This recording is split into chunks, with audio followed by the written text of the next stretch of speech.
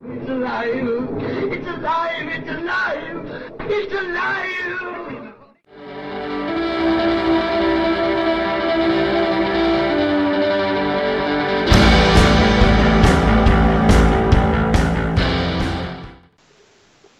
Hello and welcome to Alive After Reading. I'm Tim Niederreiter, and this is episode 35 of the podcast, where I am joined by Alexandra Penn.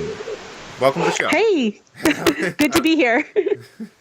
Well, it's great to have you, and we have actually been discussing some stuff off the air, it's got me a little intrigued here, because you've been talking about serial fiction. So, just in general, what are you writing about, and what do you do as far as the fiction world? Well, I'm currently working on a serial fiction that I'm releasing through Patreon called The Letter Mage, which is a young adult. I'm calling it a space fantasy because it's not really fantasy, but it's not really sci-fi.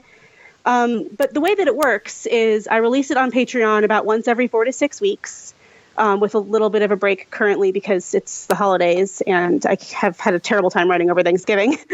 And it's usually about a 5,000 word installment. And then once I have 4 of those out, I'll release a little novella on Patreon, or not on Patreon, on Amazon, which is what I just released, called A Cordo, that has the last 4 installments that I published and a couple of fun extra little flash fiction pieces and some information about the world and all that kind of fun stuff.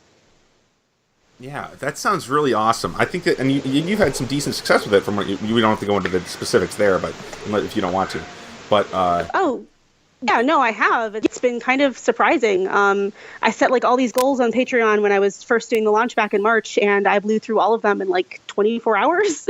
And I had to go through and sort of rethink how I was going to put all these different rewards because I wasn't expecting quite that good of a feedback.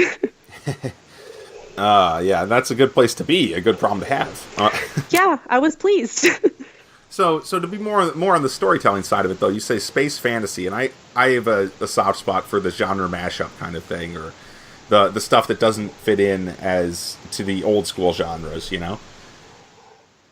Yeah, it's so I call it space fantasy because it's magic. It works on a magic system, but it's to use Brandon Sanderson's term, it's a very hard magic system. It's very rigidly defined. And as writing young adult fiction, I try to focus it towards real world sciences. So in The Letter Mage, the magic system is based off of sort of linguistics, really more close to the writing system, where each magic user creates their own magic system based on creating their own writing system, and it has these very rigid rules. So it's magic, it's very clearly magic, but it's based in a lot of real world stuff that kids can go out and find themselves, do themselves. And so it's not quite, I sort of hesitate in calling it fantasy because it doesn't really read like fantasy. And It's set on moons too. It's set in space. So it's that's also not something that fantasy readers tend to usually go for, mostly. Though there's definitely a strong genre of that in the indie world, in some ways, subgenre in the space opera part, right? I mean, I think Glenn Stewart has done that kind of thing very successfully. And yeah, definitely. Well, one of the cool things about the indie genre is we have this chance to not really adhere to a lot of the rules in the traditional publishing field quite as much because we sort of do what we want to do and put out there and kind of hope for the best. Indeed. And you said it was YA as well, so that's another wrinkle in the story, right? Yeah. It's a little bit different. It's the main character is 14 years old. I'm aiming for kids who are anywhere between 10 and 13, but it's good for all ages as well. Okay. And in the little pitch you sent me, I remember you mentioned that it's about how he becomes a superhero, a supervillain. Is that true? The supervillain, yes. Yeah. Yes. So I almost misspoke. So that's kind of intriguing to me because what it speaks to is that this character has a negative character arc over the course of the story. Where they're not progressing to be they're growing more powerful, but they're also growing less moral or whatever. The negative side of it too. Yeah, and my goal for it is to make it seem like a positive character arc until you realize that it isn't. I don't want to give away too much of the ending, but there's the stuff that's already out there. It's him sort of slowly going down this path to supervillainy without really realizing it, because the whole point is that, everybody thinks that they're the hero. Everybody thinks that they're doing something good. There's no such thing in my mind as somebody who believes that they are evil and acts accordingly. Oh yeah, that's a good rule of thumb for writing characters and even looking at the real world. Yeah. So yeah. So as far as that's your current work in progress, is that it? Or do you have anything that's else? That's one of two at the moment. Okay. Can you tell us about the second one? So the second one is another. Oh no, I can talk about it. No, it's go on. Yeah, my terribly failed NaNoWriMo project. I think I tapped out at about 20,000 words, but it's another genre mashup. It's a historical steampunk novel set in classical Greece. Okay. My background. So this takes a little bit of background. So I have a minor in classics and anthropology from college, and I grew up in the Smithsonian Museums, of all things. Both my parents worked there. So I have this huge historical background, and I've never written any historical fiction. And I had this idea of writing something set in classical Athens in, I think, 495 BC, where there's a fictional slave rebellion at the end of the Peloponnesian War. And it sets off this chain of events where the ancient Greeks had a lot of technology that they just didn't utilize because they had slaves to do it. So with this slave rebellion, they just sort of explode in this huge industrial revolution. And the end result is basically steampunk Athens. Oh, cool. Which is a really, really awesome place to write in. And inspired somewhat by real world events. The main character, Callis, is a woman who lives in this place that prides itself on freedom and how, every man has a vote, but she's not a man. So she's like this sort of extremist, which is one of the reasons why I stopped writing it, because I think I need to sort of rework how her character arc goes, who starts this huge feminist revolution in steampunk classical Athens. And it's been just a sort of a wild ride to write. Oh yeah, that reminds me of some of the stuff I've done where it's not released. That is more on the side of this character really might not be that likable. That could be a real problem. I mean, actually, it's probably true with the first novel I did release. But anyway, and I don't know. Well, it's I love her in that I agree with all of her points, but I don't agree with the way that she's going about it. She has this really extremist, she's just sort of went off the deep end and started doing all this really, revolutionary stuff. And that's not the way that I work. And so I sort of had to take a step back and be like, okay, I need to have somebody in there to temper her character a little bit and make this as opposed to a flashbang rebellion, something that's actually going to be lasting at the end of the book. Mm-hmm. Yeah, it's sort of a whirlwind. This is always how it goes with my characters. With the Letter Mage, I was originally writing this story about this boy who goes to different moons and learns different types of magic, and it coincides with different types of academic studies. And then literally the first sentence of the story is, I didn't set out to be a supervillain. And I'm like, okay, I have to change my entire plot. Sounds like an interesting twist on that, on the idea you had, though. It is. Initial plan, yeah. Yeah, he's still doing that, but it's in a very different way, and it's a lot more dramatic, and it's I'm just having such a fun time writing it. I bet. It sounds like a fun story. I'm going to have to check out that Patreon myself, full disclosure. But awesome. Yeah. I'm not going to complain about that. Quartos, I'm not sure. I'm not sure if I can afford another monthly or buy anyway, never mind. Well, the fun thing about Patreon is, and I'm just going to put this pitch out there for the listeners as well, is people can pay whatever the heck they want for the stories. I have people who pay $1 per installment, and it's per installment, not per month. Okay. And I have people who pay $25 per installment because I send them paintings of the sigils and stuff that are used in the magic as well. And that's the reason I have it that way, is because it's gives you a chance to sort of try out the reading, and if it's not your style, then you don't have to read it. You're not stuck with a book that you just paid $20 for. Oh, absolutely. Yeah, that makes sense.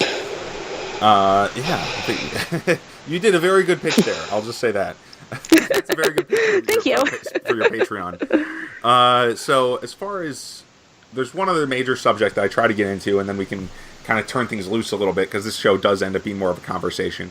And that's fine by me. We were having a great conversation beforehand, too, so... Yeah, we'll just bring the audience in on that.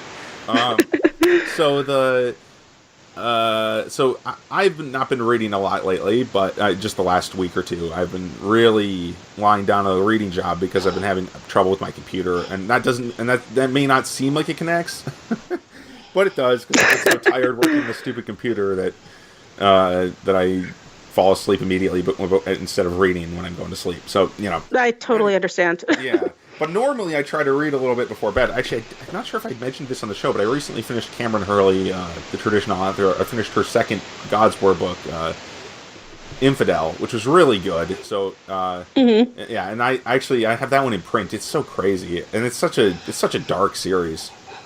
But I'm not sure if you're familiar. So this is I'm not, but I love dark series, so I'm going to have to make a note of it. Yeah, it was originally published by, I think, Nightshade, and then they went under, and now it's all, I don't know exactly, but we were talking about Patreon, and I also back Cameron Hurley on Patreon for short stories and stuff. But she's done a bunch of other works in this series on Patreon, which is kind of interesting. But this is only book 2, and it feels like, I'm like, wow, what would book 3 even be at this point? Which is a great feeling to have, I think. For a book like that, for stories that are so, it's not like heavy necessarily. It's weird. But there's so much you can do with it. Yeah, one of those stories where it's like you look at the world and you're just like, there's so much potential for this author to do whatever they want. Absolutely, yeah. This is, and for those not familiar with it, I probably shouldn't talk so obliquely about what the book's actually about. Basically, this series, I read the first 2 books now. The first one was God's War, the second one's Infidel, and they are about basically they're future, they're science fiction, kind of. I mean, yeah, definitely science fiction, because they take place on another planet in the far future. But this planet was partially terraformed by insect mages. Yes. That sounds awesome. Mages. But it's still a pretty terrible place to live, and there's swarms of giant bugs everywhere. And the main character, and it's also extremely gender role kind of warping, because the main nation has been at war I love that nations stuff. across the border, and so all the men go to the front, and they almost always die. Like they almost there's almost no men in this society back at peacetime, which is where it mostly takes place. And the main character is this woman who is basically a mercenary and goes around chopping off deserters' heads and stuff. That's the first book, anyway. That sounds fantastic. You sold me on that one. Now I have to add that to my to-be-read list. It's an awesome list book. as well. It's an awesome book. It was also her first novel that she released, God's War. And it is a little bit tough to read. I mean, as in, like, some of it, like you said, the whirlwind, but you can feel it as the reader, which is kind of cool. Yeah. Yeah, you can feel how that goes. Man, I just need to get better at pitching my own books. Anyway, I can't do that. I could not do that for one of my own books. I would not have the presence of mind. Anyway, I'm learning slowly. It's one of those things. Like when I first put this out there, I had I have like my other thing. Oh, my other thing I should pitch is I'm a director of a local community in Iowa City, where we meet up and we talk about writing about once or twice a week, depending on like which one of the little sub communities you're a part of. And so I have like this group of people that I like talk to every single week. And for the first couple of weeks, I had this Patreon out, and I had the story that I really, really love, and I just couldn't bring myself to talk about it. I'm like, what if they think I'm just pitching my book over and over again? And so for the first couple of weeks, it was my friends going, "Oh yeah, Alex, you have a book release. Tell people about this." Mm-hmm. And I'm like slowly getting better at it. Yeah. I've gotten to the stage where I'm so shy about talking about my books. Which it might not seem that way on the podcast, but when I'm talking to somebody in person, it's hard for me to talk about my stories. I don't know what. I mean, I didn't used to be this way, but there you go. And I'm still terrible at coming up with the pitch, right? Like that's the part I actually have trouble with, is the concise pitch of my own work. Because I want to get all the minutia just by instinct, and that's obviously a bad idea. You have to give them like the feeling of it, the heart of what the story is. Yeah. So actually, now that occurs to me, we were talking a bit before the show about cursing, but never mind that. Mm-hmm. It was the story I mentioned there is this 3 book. I've got 3 books more or less written in this space opera setting. Originally it was one book, and now it's being broken up because it's so long. Now it's 3 books, and I think it will work that way once I've edited it all. But this is a series that takes place in this crazy universe. There's no planets or stars in it, and yet it's space opera. You know, it's a completely different shaped universe, basically.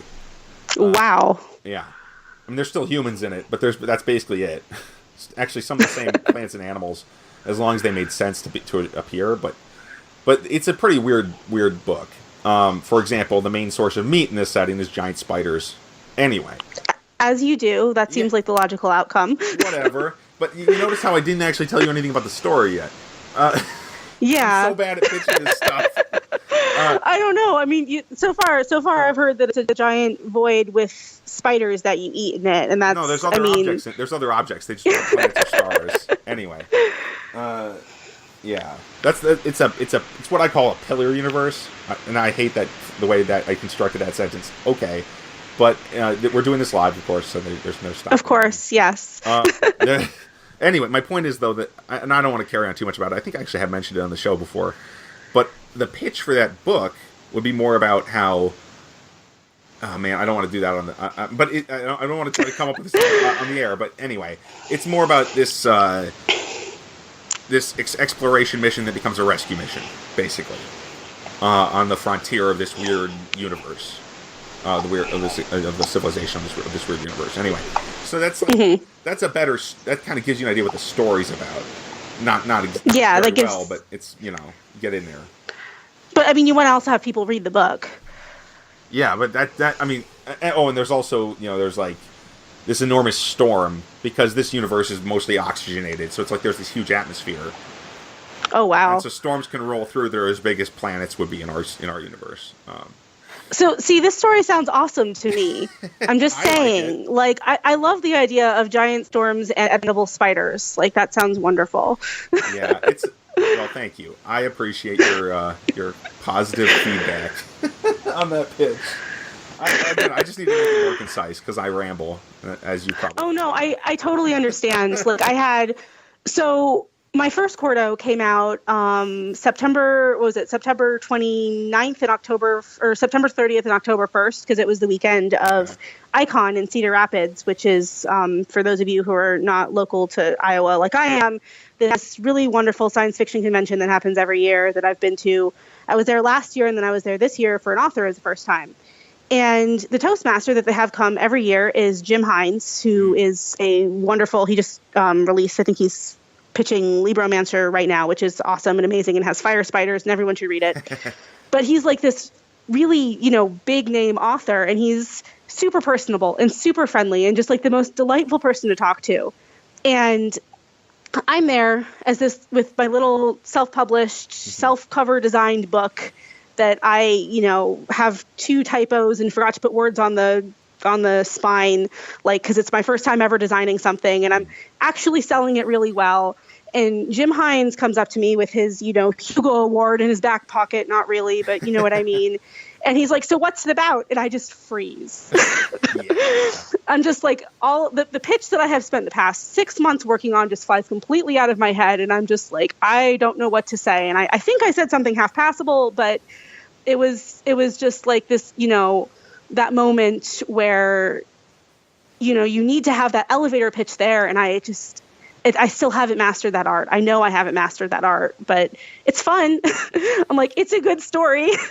And he was really sweet. He took a picture of me at the table with my first book and was really nice about it, but it was just really funny. Okay, that's how that works. Yeah, sounds at least you had somebody charitable. I've had people come up to me and say you haven't told me the story after I tried to tell them, and that's why when I was practicing the same pitch that I just gave you in the wild at cons.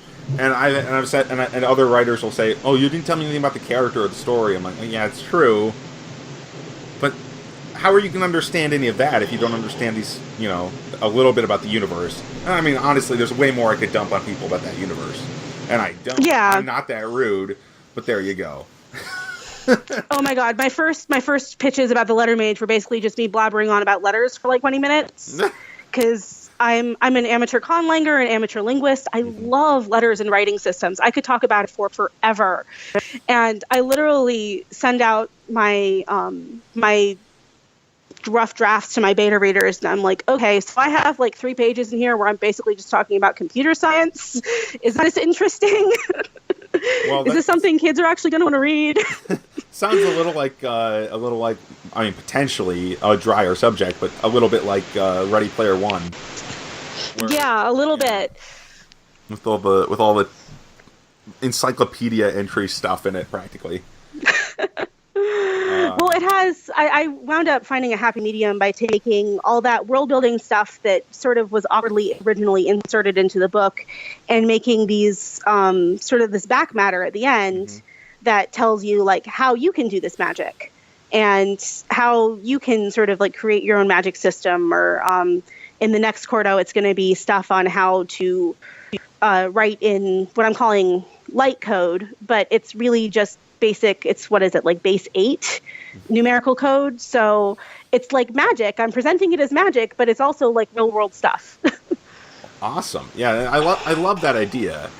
You know what? It's funny because I've tried conlaying before, but mostly I just do the naming language stuff, right? I just come up with the names and how that would work, because I'm going to write it all in English anyway. Because and I don't know. I have less patience for it, though I do admire it. I admire that practice of language design. It's really, like, I get really excited by it, but I also tend to set myself sort of minimalist challenges. I did one conlaying a couple years ago that's up on one of my old defunct blogs somewhere, where I wrote a language that was based off of RNA. So it had 4 sounds and like something like, I don't know, I think it was like 75 words total, and I had to fit an entire language into that 75 words, and it's exciting. I could talk about it forever. You don't want to get me started. Yeah, it does sound really cool, though. We'll just let people look out there, maybe try to delve into Google and find that if they really want. Yeah, I might repost it on my actual blog on my actual website at some point in the future. I'd encourage you to do that, because it doesn't sound like it's too. I mean, it sounds like it could be kind of deep, but if you're into conlaying, people are going to want to see that. Those. It's actually a really good guide on how to do a conlaying too, because it's very concise and it requires a lot of thought, but it also, I go through the different steps on how I did it and everything. So I'll probably repost that at some point in the future. Yeah, and I imagine it's helpful to have something pretty small that still works. That's really good. I mean, it's kind of like I've done a role-playing game design a little bit, non-professionally. And I found that the simpler the system, the simpler the rules are. In some ways, the better, because then you can actually teach it to people. That's a huge factor with that kind of game. Yeah, well, that's the way I feel about like magic system design in my stories. Is it's something that's very simple and like easy to do. Like, again, this is something that you can. It's not going to have any actual magical results, but you can create your own magic system the same way the characters do in the books, and it's just a couple of really easy rules. But, I mean, the thing that I like about it in writing is then you know exactly what they can do and exactly what they cannot do. And you wind up with, I don't know, I feel like it lends itself to a lot more streamlined storytelling. Yeah. Yeah, because then you don't have to explain why or how at any given moment. The reader will know if you'd explained it, when you were getting the rules in. Yeah. They understand how it works. They can sort of expect it. Well, not necessarily expect it, but they know the outcomes of what the characters are doing as well as the characters do.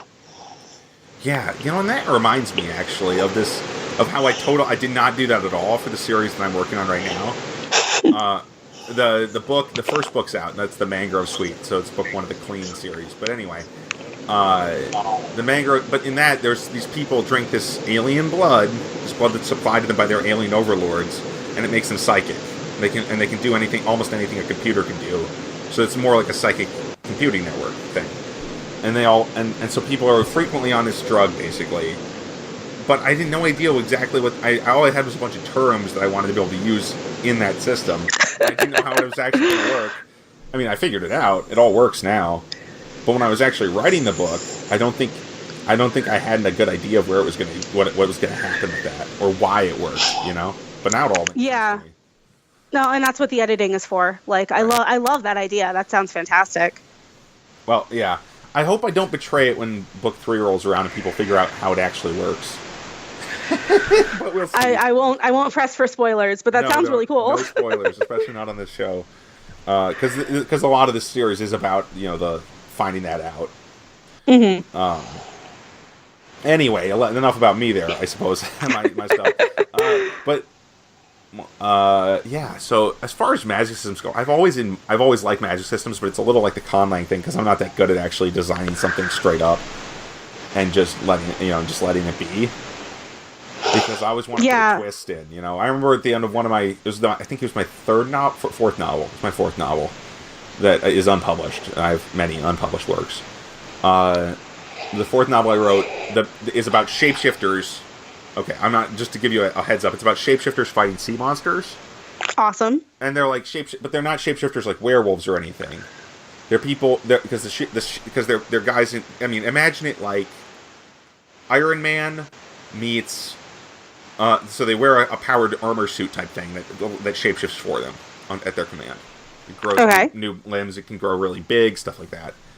But And then they can grow, and they make all sorts of things that you couldn't make in nature, like jet engines, for example, out of their shapeshifted material. That's as you do. It's pretty weird, but it was also a young adult book, so it was about kids wearing these shapeshifting armor to fight sea monsters. That sounds ridiculously fun. It was really fun to write. Unfortunately, the book ended up being really, really messed up because I was a teenager. I have my first 5 novels that I wrote are never going to see the light of day. Well, that's not quite true. I have a project that I'm working on. I'm saying I'm co-writing with my 13-year-old self. I'm taking little bits and pieces of my really early stuff and putting it in a book that I'm editing to sort of partially tell the story of how it was written and partially create a whole an actual novel. So that's a great idea. I love that. So you'll have it's fun. Are they gonna be separate things, or it's gonna be a novel with commentary? It's gonna be a standalone novel, and it's one of the ones that I've written the first 3 chapters, but I'm not a good enough writer to really get at this yet. But it's gonna be it's going to be its own story. It's a semi-autobiographical, mostly contemporary novel, but it's the main character who is sort of a different version of my 13-year-old self, goes through a whole bunch of stuff. And so she deals with it by writing fantasy with a friend of hers. And the pitch is that the friend of hers passes away in chapter 2, and her characters wind up, she goes into a deep depression, her characters wind up having to save her life. Oh, cool. So It's contemporary, but it's got those fantastic elements in it as well. That reminds me of this book that you may want to check out, actually. It's another traditional book, but it's called The Sun, the Moon, and the Stars. Okay. By Stephen Brust. And it's got a similar premise. It's basically not like the premise, it's not the same story, but it's got a similar kind of idea of. It's a contemporary book. This guy's mostly a fantasy author, by the way. He's one of my favorite fantasy authors. But then there's a story that's being told by one of the characters, and so they alternate every chapter basically. So one of the or within each chapter, there's about 2/3 of it is about this group of artists living in a city and working together. Or whatever, and then the rest of it is this story about this magic gypsy who has all the powers ever of anything. It's sort of, I love stories like that where it's got sort of not necessarily, I don't know if magic realism is quite the right genre for it, but that sort of magical elements in a contemporary novel. I don't think that's magical realism. It's like a story being told within a story. Okay, yeah, gotcha. One of my favorite authors growing up, who's a children's author. I don't know if you've ever heard of Janet Taylor Lyle. No. She wrote The Dancing Cats of Apple Sap, and the one I was thinking, I think it was her. It was The Crying Rocks. Okay. And she has these stories that they're about magic, but they're for middle grade fiction. I read them back in when I was 8 years old, and they're these stories that are contemporary, but they also have these huge fantasy elements, about what's one of them is where it's these little girls who are trying to build this tea set to summon fairies, and you sort of never really know if it's real or not. And I loved those stories as a kid. That would definitely be magical realism as far as I'm. Yeah. And that's intriguing to me in a lot of ways. I don't think I could ever write magical realism though. I think I've just got too much systems and ideas that go. I mean, they kind of make the story too big for that in a way. Yeah, I have a hard time with that stuff as well. Like I said, this one that I'm working on it's not quite magical realism. I don't know what to call it. Yeah, I don't know. But I'm just not a good enough writer to do it yet. I'm like, it requires a whole bunch of different elements to put together, and I'm not quite there, but I'm getting there. I will write it eventually. Yeah, and it's always good to be honest with yourself about what you can do and what you can't do. But I also really love the Alan Moore advice, the comic book writer. He had this advice that if you know you can finish a project and if it's gonna be easy for you to finish a project, you shouldn't do it. You should go and do the things that are difficult. That's basically his advice. Only do a project you're not sure if you can finish it. Give yourself a challenge. Yeah. But Alan Moore, I mean, who wants to listen to him? I mean, he is a little crazy, but he's also a really good, solid writer. Anyway, so we are about out of time, though. It's been a lot of fun. Thanks for coming on the show. Thanks for having me. It's been a blast. Awesome. So one last round of plugs. I'm going to remind everybody where they can find your stuff and your Patreon and all that. All right. Well, my Patreon account is under Alex Penn name, Penname, because Alexandra Penn, Alex Penn name, and that's my account on pretty much everything. You can look at my website at alexandrapenn.com. Find me on Twitter at Alex Penname, Facebook at Alex Penname, all the same stuff. So thank you so much. Awesome. Thank you for being on the show. That was great. Thank you. That was wonderful. Thanks so much. All right, everybody. You can find this podcast at mentalcellarpublications.com. That's cellar with a C, as in a basement. So get your mind in the basement and listen to my podcasts. There's a lot of them. And, and you can also find us wherever you can download iTunes, Google Play, all those places. And, so thanks, and talk to you all next week.